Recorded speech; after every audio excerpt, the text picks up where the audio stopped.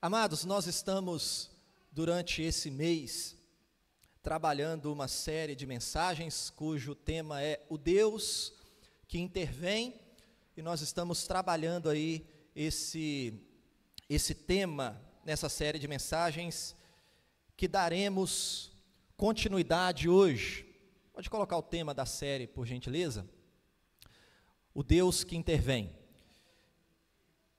E o tema da nossa mensagem nessa noite é: não duvide do que Deus pode fazer. Nossa meditação está baseada em 2 Reis, capítulo 6, versículo 24, até o versículo 20 do capítulo 7.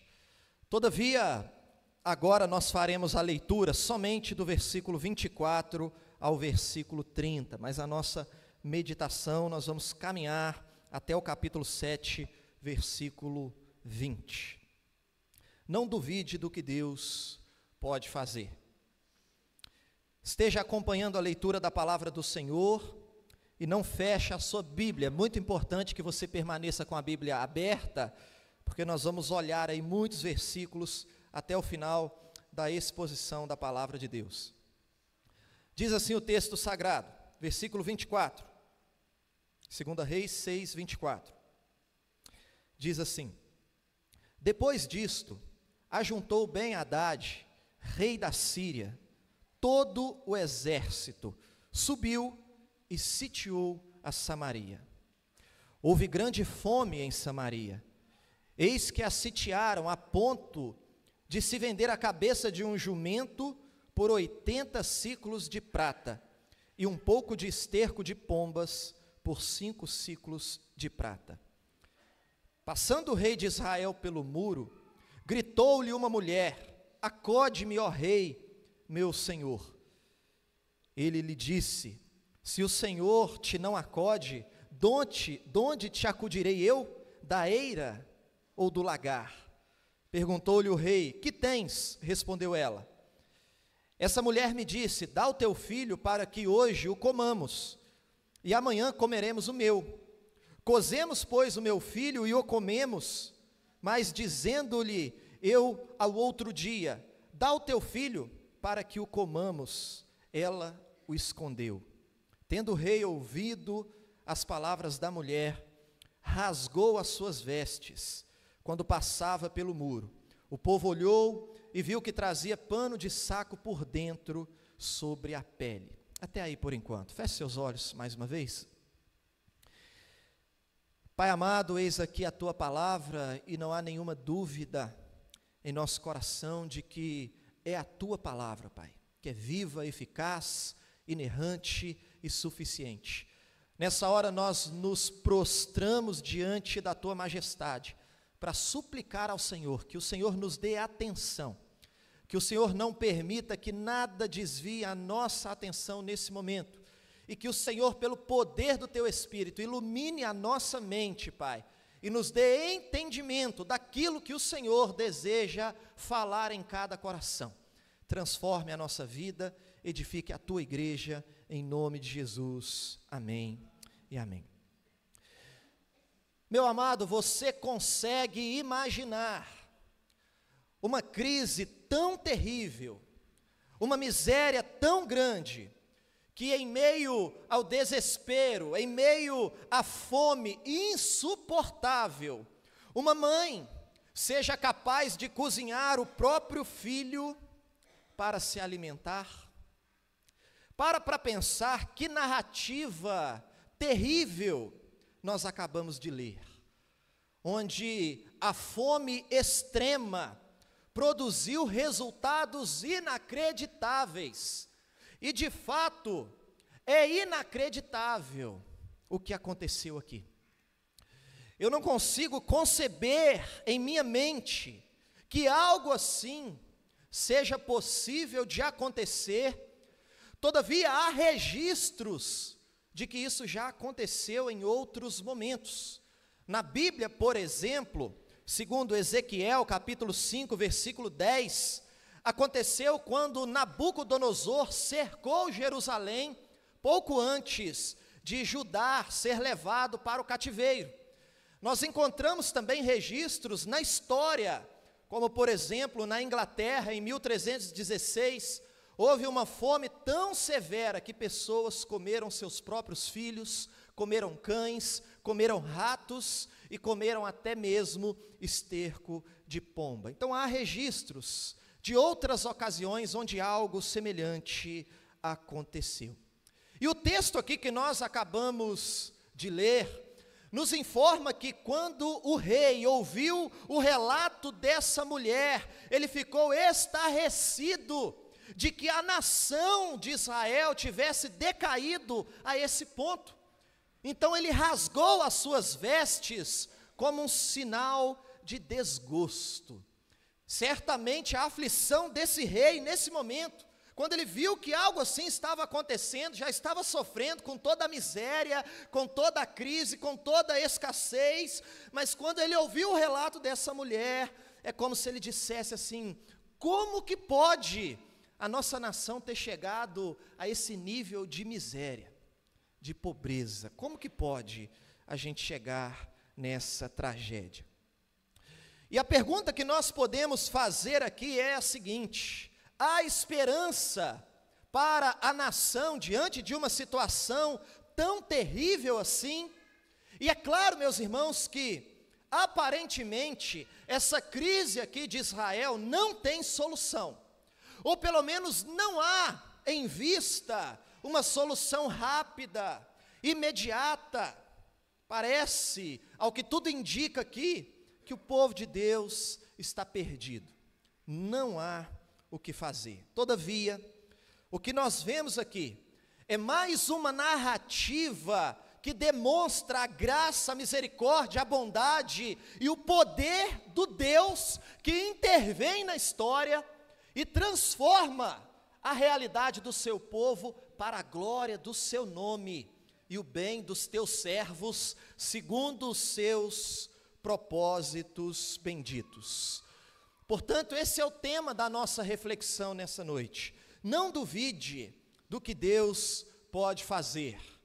Ainda que a situação seja terrível, como essa situação que acabamos de ler, ainda assim, não duvide jamais do que Deus pode fazer. Nós encontramos aqui muitas lições preciosas para nós, e nós iremos destacar algumas nessa noite. E a primeira lição que nós podemos destacar aqui é a seguinte: a crise nos leva a reconhecer nossa total dependência de Deus. Perceba, querido, que o texto nos informa como essa crise aqui teve início. Olha aí mais uma vez o versículo 24. Depois disso, ajuntou Ben-Hadad, rei da Síria, todo o seu exército, subiu e sitiou a Samaria. Perceba, todo o exército da Síria sitiou Samaria, ou seja, cercou Samaria. O cerco, queridos irmãos, é uma estratégia de guerra, e funcionava da seguinte forma: o exército cercava a cidade, e dessa maneira ninguém sai da cidade e ninguém entra na cidade, fica todo mundo ali dentro. Com o tempo, o que vai acontecer? E o cerco às vezes durava anos, com o exército inimigo acampado ao redor da cidade. Com o tempo, o que vai acontecer? Vai acabando o alimento da cidade, vai acabando os recursos da cidade, e o cerco em Samaria durou tanto tempo, que o povo da cidade começou a literalmente morrer de fome. Veja aí o versículo 25. Houve grande fome em Samaria, eis que a sitiaram, a ponto de se vender a cabeça de um jumento por 80 siclos de prata, e um pouco de esterco de pombas, por 5 siclos de prata. Meu amado, a situação estava tão difícil, que para comer uma cabeça de jumento, era necessário pagar 80 ciclos de prata. Só para a gente ter uma noção aqui, um trabalhador médio naquele período, ele precisava trabalhar, ele ganhava aí 5 ciclos de prata a cada 6 meses de trabalho. Para comprar uma cabeça de jumento era 80 ciclos de prata, ele ganhava 5 a cada 6 meses, um trabalhador normal, um trabalhador médio. E um pouco de esterco de pombas era vendido por 5 ciclos de prata, 6 meses de trabalho de um trabalhador médio. E o esterco de pomba aqui era usado para alimentar os animais por conta das sementes que era encontrado ali naquele esterco.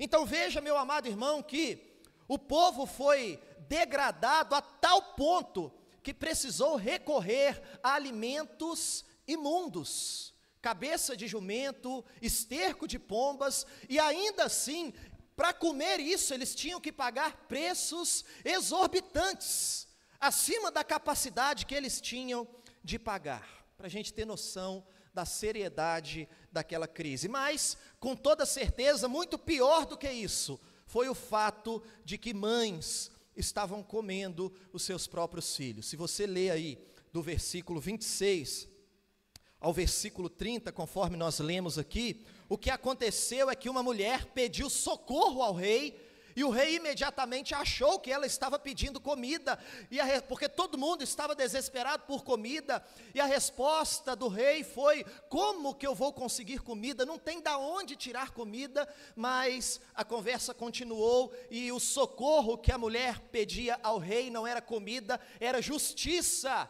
Ela disse: uma mulher combinou comigo que um dia a gente ia matar o meu filho, comer o meu filho, no outro dia iríamos fazer o mesmo com o filho dela, mas na vez dela, ela escondeu o seu filho e não cumpriu a sua parte no trato. E quando o rei ouviu isso, ele ficou desesperado.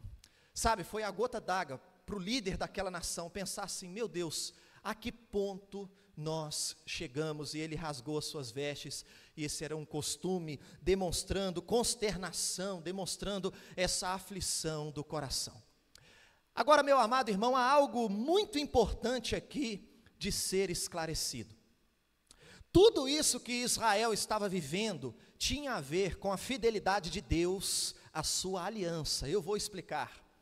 Era juízo de Deus por causa da desobediência do seu povo. Nós precisamos entender aqui, queridos irmãos, que Deus advertiu o povo que os castigaria se eles não vivessem de acordo com as estipulações da aliança. A ideia aqui, meus amados irmãos, é exatamente que Deus fez um acordo com o seu povo, fez uma aliança, e essa aliança tinha algumas estipulações, e se o povo descumprisse a sua parte no trato, no pacto, eles teriam que enfrentar as consequências. E Deus já havia deixado claro quais seriam as consequências se o povo não respeitasse as estipulações da aliança. Os castigos incluídos ali seriam derrota militar, fome e até mesmo essa situação terrível de pais comendo os seus filhos. Tudo isso já estava previsto nas estipulações da aliança. Eu não vou ler aqui todos os textos que falam sobre os castigos decorrentes da desobediência, se a nação de Israel desobedecesse a aliança de Deus, o que ia acontecer, porque são muitos textos, mas eu vou ler aqui Deuteronômio 28, 53, presta bastante atenção nessa leitura. O texto diz assim: na angústia e no aperto em que vocês ficarão, com o cerco dos seus inimigos, vocês comerão o fruto do seu ventre, isso é, a carne dos seus filhos e de suas filhas, que o Senhor, seu Deus, lhe der. Ou seja, esse é somente um dos textos que falam dos castigos decorrentes da desobediência, e é exatamente isso aqui que está acontecendo com Israel. O exército inimigo cercou a cidade, a situação é de fome, é de miséria, e tem israelitas comendo a carne dos seus próprios filhos. Deus havia alertado que isso aconteceria se eles fossem desobedientes. Diante disso, meus irmãos, vamos voltar aqui para o nosso texto.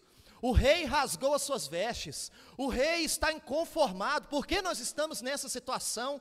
Mas nós sabemos, por conta da desobediência. O que o rei de Israel deveria ter feito?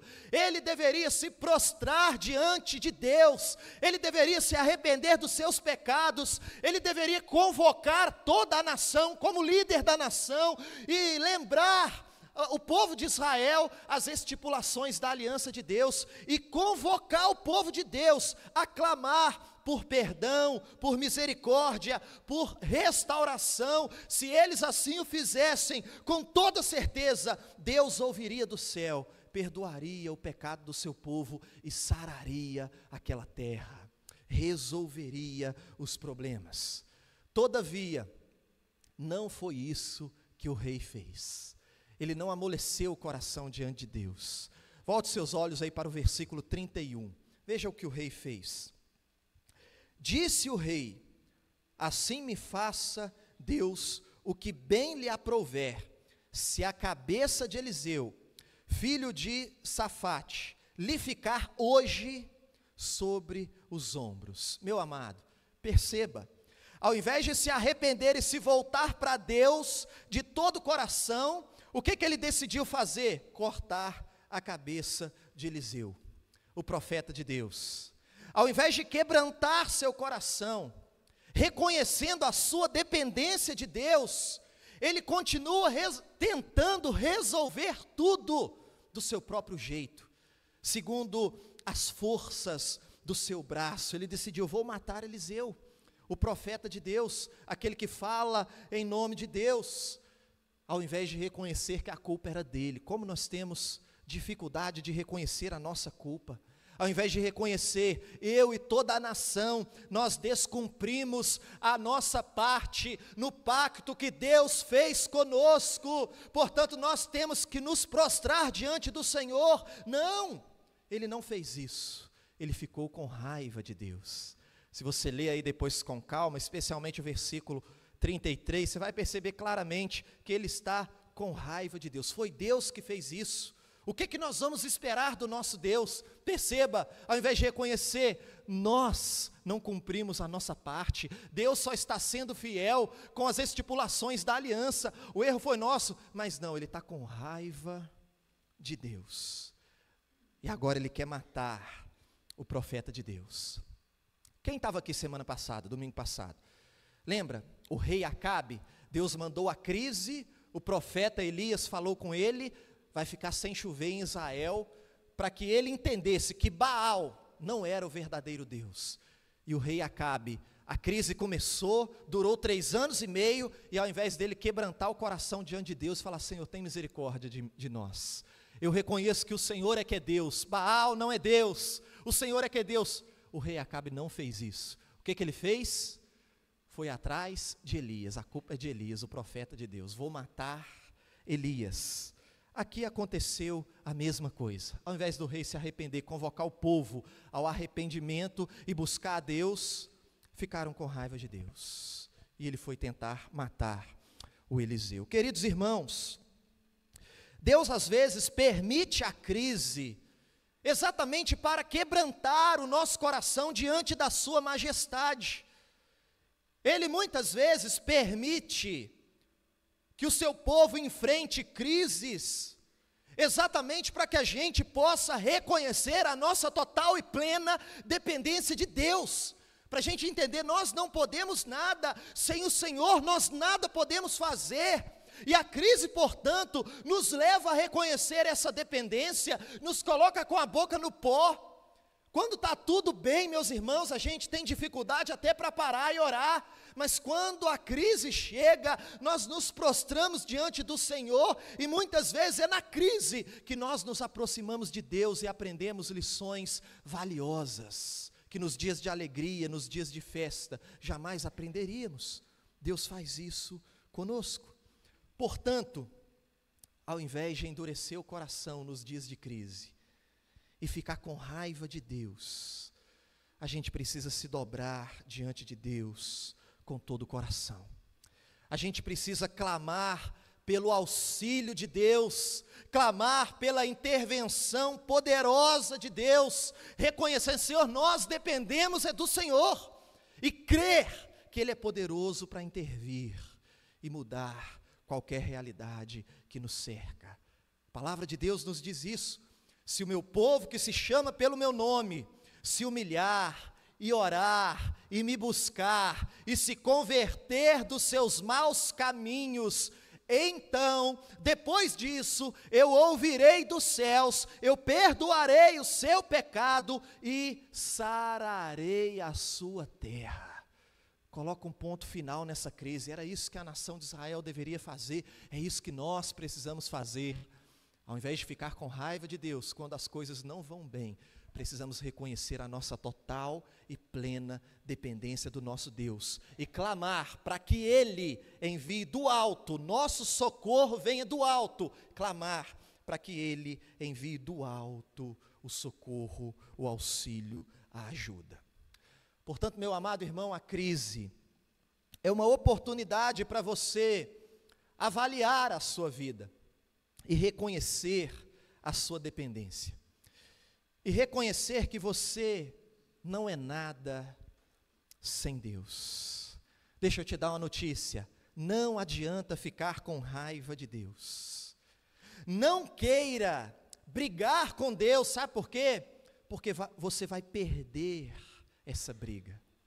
A vontade de Deus vai prevalecer sobre a sua vontade. Se você é um filho de Deus, se você tem uma aliança com Deus, não tem para onde correr. Deus vai dobrar o seu coração. Deus há de colocar você com a boca no pó, reconhecendo que você depende dEle. Ele há de fazer o que for necessário para firmar os seus passos nas veredas da justiça.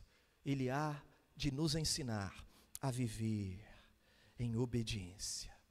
Na crise, queridos irmãos, precisamos amolecer o coração. É uma oportunidade que Deus nos dá de reconhecer a nossa dependência dEle, de reconhecer que sem Ele nós não somos nada. Mas perceba, o texto continua, e nós aprendemos aqui uma segunda lição.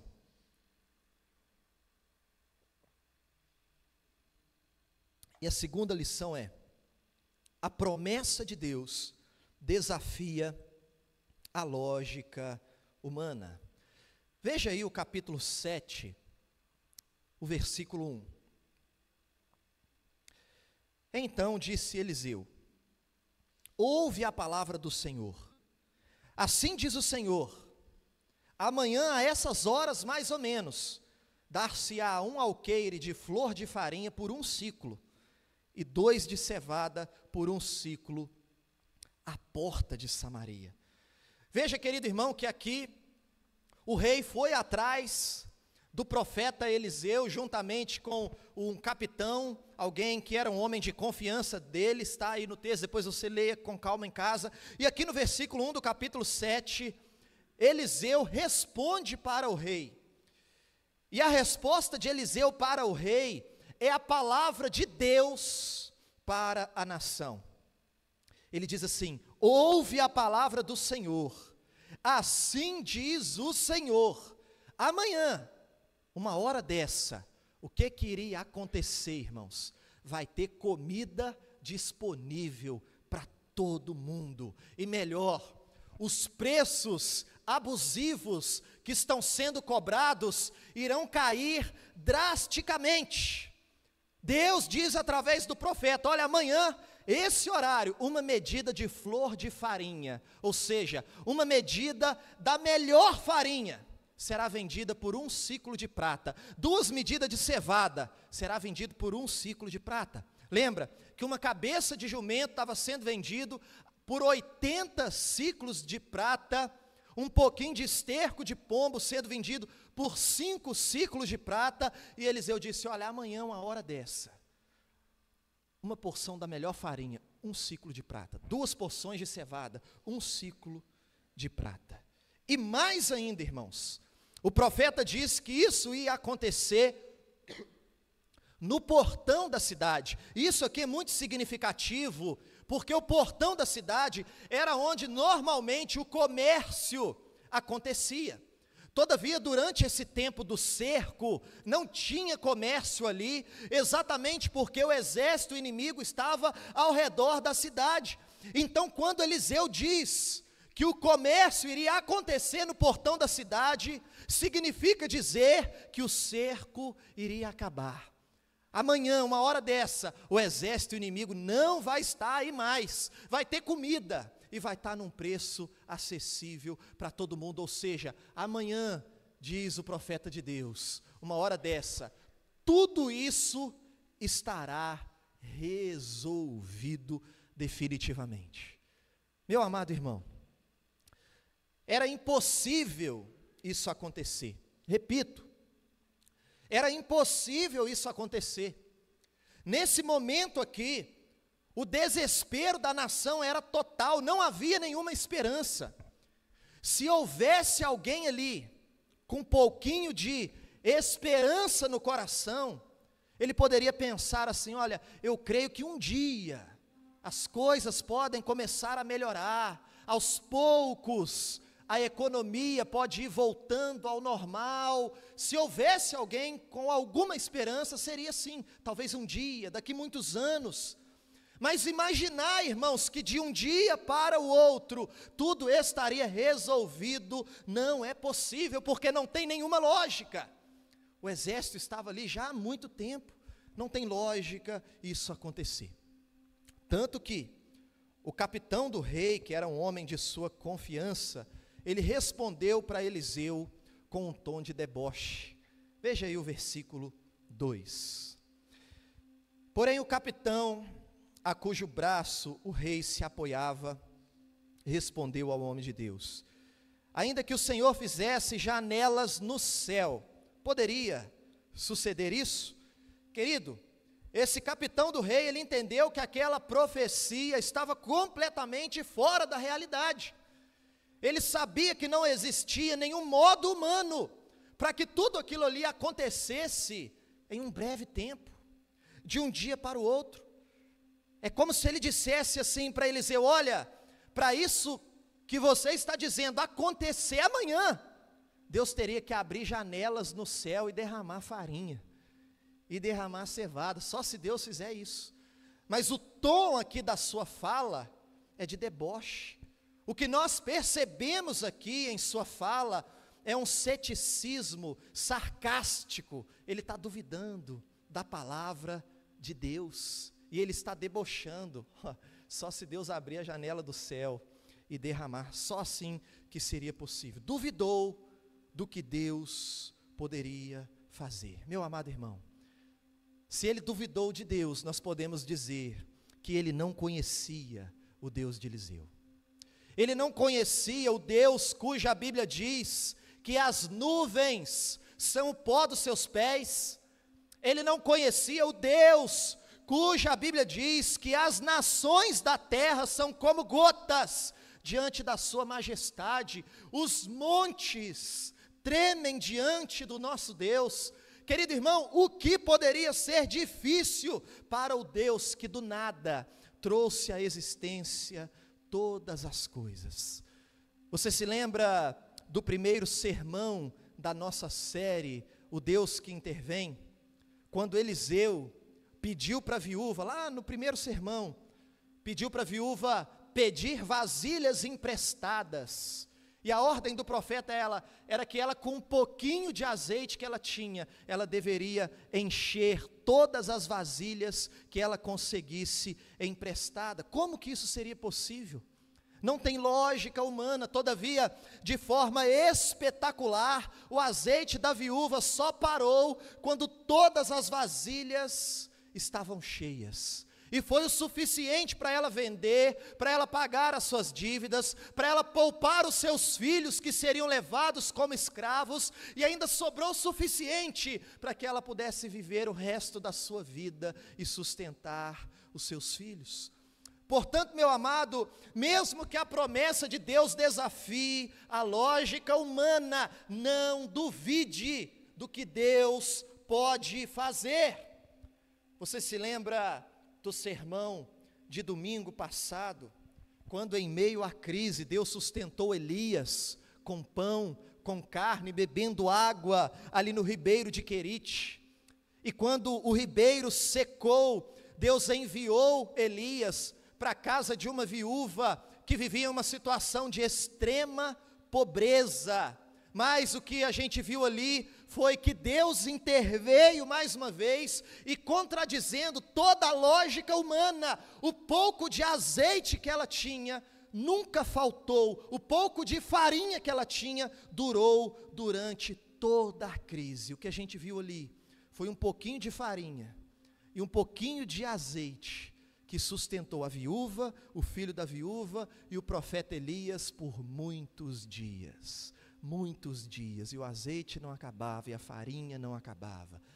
Portanto, meu amado, não duvide do que Deus pode fazer, ainda que você não veja uma saída, ainda que você não consiga imaginar uma possibilidade de ser resolvido a crise que está diante de você, ainda assim, não duvide, porque Deus pode sim transformar qualquer realidade. Amém, irmãos? Agora, qual foi a palavra de Eliseu para esse homem que duvidou da palavra de Deus e debochou? Está aí no versículo 2, ele disse: olha, você vai ver, amanhã por volta desse horário, você vai ver, mas você não vai comer, você não vai participar. Não duvide, meu irmão, do que Deus pode fazer. O texto continua e nós iremos destacar aqui ainda mais uma lição para a nossa reflexão nessa noite. A terceira lição é: Deus intervém de forma surpreendente e soberana. Meu amado, a partir do versículo 3, aí do capítulo 7, a narrativa começa a nos mostrar a intervenção surpreendente de Deus. Ele intervém de forma surpreendente e soberana. O que isso significa? Soberana. Ele faz do jeito dele, segundo a vontade dele, segundo os propósitos dele. E o texto continua, eu não vou ler todo o texto, mas eu vou lembrar você, que você conhece essa história. O texto fala que tinha 4 leprosos próximo ao portão da cidade. Os leprosos não poderiam viver dentro da cidade, e esses leprosos iam morrer de fome. Eles estavam conversando e pensaram assim: se a gente for para a cidade, não tem comida lá, está todo mundo morrendo de fome, a gente vai morrer de fome. Se a gente ficar aqui, a gente vai morrer também. Se a gente sair da cidade, o exército inimigo está lá, a gente vai morrer também. Mas a melhor opção para nós, porque de qualquer jeito nós vamos morrer, a melhor opção para nós, vamos até o exército inimigo, porque lá pelo menos tem comida. Se eles tiverem misericórdia de nós, a gente consegue sobreviver, a gente consegue comer. E foi isso que aconteceu. Veja aí o versículo 5 em diante. O texto diz assim: levantaram-se ao anoitecer para se dirigirem ao arraial dos Ciros. E tendo chegado à entrada do arraial, eis que não havia lá ninguém, porque o Senhor fizera ouvir no arraial dos Ciros ruído de carros e de cavalos, e ruído de um grande exército, de maneira que disseram uns aos outros: eis que o rei de Israel alugou contra nós os reis dos heteus e os reis dos egípcios, e vieram contra nós, pelo que se levantaram, e fugindo ao anoitecer, deixaram as suas tendas, os seus cavalos, os seus jumentos, e o arraial como estava, e fugiram para salvar a sua vida. Querido irmão, veja o que aconteceu. Deus confundiu a cabeça do exército sírio. Nós podemos aqui, à luz desse texto, imaginar o desespero que foi no acampamento desse exército. No meio da noite eles começaram a ouvir barulho de carros, barulhos de cavalos, barulho de um exército se aproximando, e eles se levantaram desesperados, pensando: olha, o rei de Israel se juntou com outras nações, com os egípcios, com os heteus, e eles estão vindo contra nós, vamos fugir. E eles saíram desesperados e deixaram as tendas, deixaram os seus pertences, os cavalos, deixaram toda a comida, os itens valiosos, deixaram tudo ali no acampamento, e tinha muita coisa, era um grande exército, eles estavam ali há muito tempo. E quando os leprosos chegaram, irmãos, não tinha ninguém lá. O que eles fizeram? Comeram à vontade, beberam à vontade, pegaram roupas para eles, pegaram ouro, pegaram prata, pegaram os bens ali dos seus inimigos, e em seguida eles foram então até a cidade para dar as boas novas, e contaram para o rei o que havia acontecido. O rei ficou desconfiado, pensou que era uma emboscada, mas mandou alguns homens para verificar. Eles verificaram e perceberam que de fato o exército sírio saiu fugindo, deixando coisas pelo caminho. Eles tiveram a certeza que não havia ninguém mais ali naquele arraial. Veja o que aconteceu em seguida, versículo 16, e aqui a gente vai caminhando para o fim, preste bastante atenção. Então saiu o povo e saqueou o arraial dos sírios, e assim se vendia um alqueire de flor de farinha por 1 siclo, e 2 de cevada por 1 siclo, segundo a palavra do Senhor. Querido irmão, veja, no outro dia, exatamente conforme a palavra do Senhor, havia comida com fartura. O cerco do exército sírio não estava mais ali, e se vendia uma medida da melhor farinha por 1 siclo de prata, 2 medidas de cevada por 1 siclo de prata. Queridos irmãos, entenda o que aconteceu, exatamente como o Senhor havia dito. Algo inacreditável aconteceu ali naquele lugar. Aquilo que era impossível aconteceu, porque o Senhor disse que aconteceria. E o que aconteceu com o capitão do rei, que havia duvidado com deboche da palavra do Senhor? Veja aí, volte os seus olhos para o versículo 17 em seguida. Preste atenção em cada palavra aí dessa narrativa. Dera o rei a guarda da porta ao capitão, a guarda da porta da cidade, ao capitão, em cujo braço se apoiara, mas o povo o atropelou na porta, e ele morreu, como falara o homem de Deus, o que falou quando o rei descera a ele.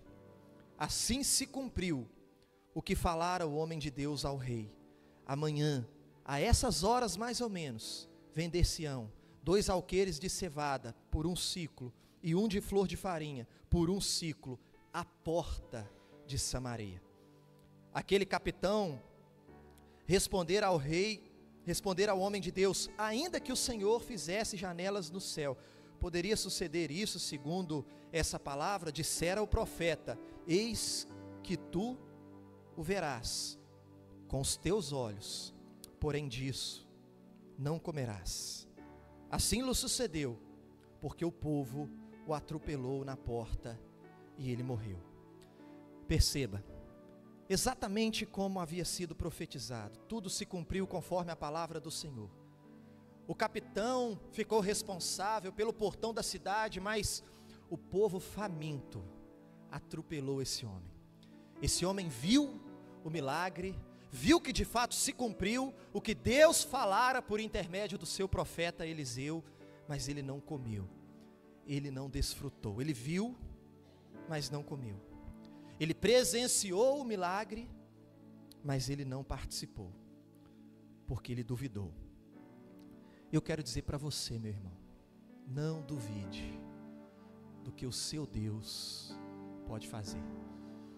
Quero que você saia daqui com seu coração cheio de esperança, da certeza de que o nosso Deus de fato e de verdade é um Deus poderoso para intervir e transformar qualquer realidade, mesmo que seja impossível. Mesmo que você pense assim, não tem jeito, mesmo assim, Ele é poderoso para intervir.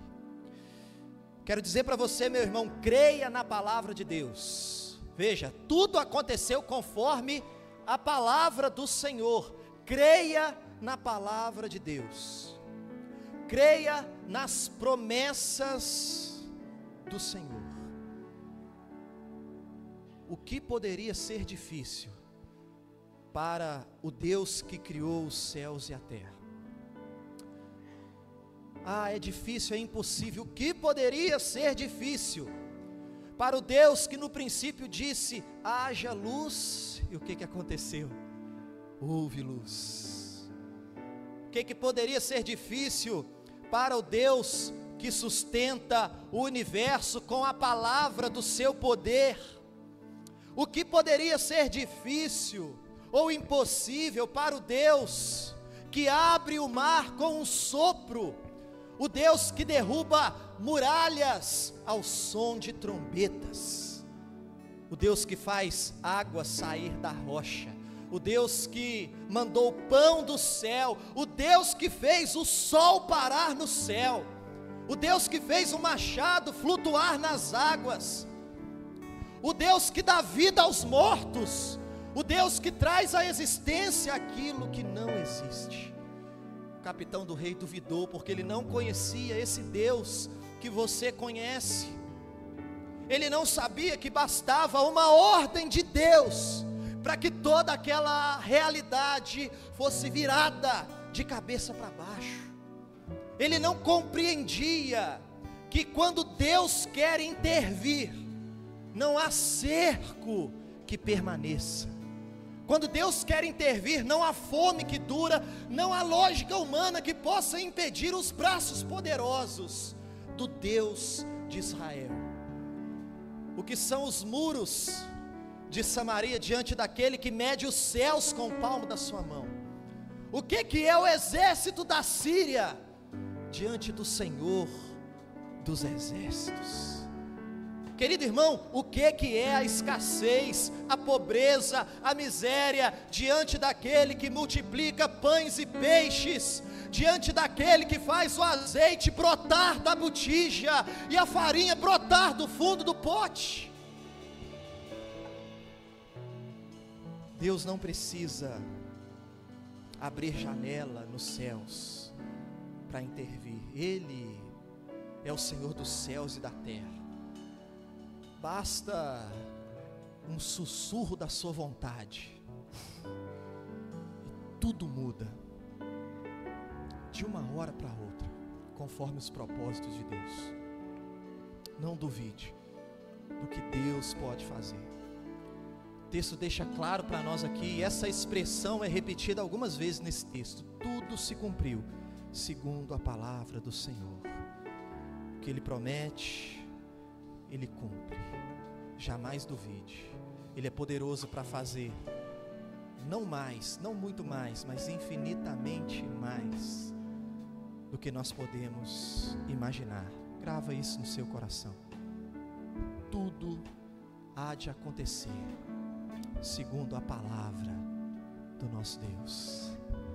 Esse Deus te ama com amor de Pai. Ele te ama a ponto de se entregar na cruz do Calvário por você. Ele prometeu que iria cuidar de você. Ele prometeu que estaria com você todos os dias até a consumação dos séculos, até o dia que a trombeta vai soar e nós estaremos com Ele por toda a eternidade. E aí não haverá mais crises, nem luto, nem pranto, nem dor, até esse dia chegar. O Deus que intervém está conosco, e nós podemos encher o peito de esperança, porque Ele pode mudar qualquer realidade que nos cerca. Ele é Deus. O que está trazendo aflição para o seu coração hoje? O que está deixando você angustiado? Quando você coloca a cabeça no travesseiro de noite, quais são os pensamentos que ficam atormentando a sua mente, e você não vê uma saída? e você não tem mais esperança, e você está perdendo as perspectivas com relação ao futuro, quero dizer para você que Deus tem planos bons para nós, que Deus tem um futuro bendito na sua presença. Ainda que a gente não consiga enxergar, ainda que pareça impossível, saia daqui crendo que o nosso Deus é poderoso para intervir. O que está atormentando os seus pensamentos? Vamos colocar diante do Senhor.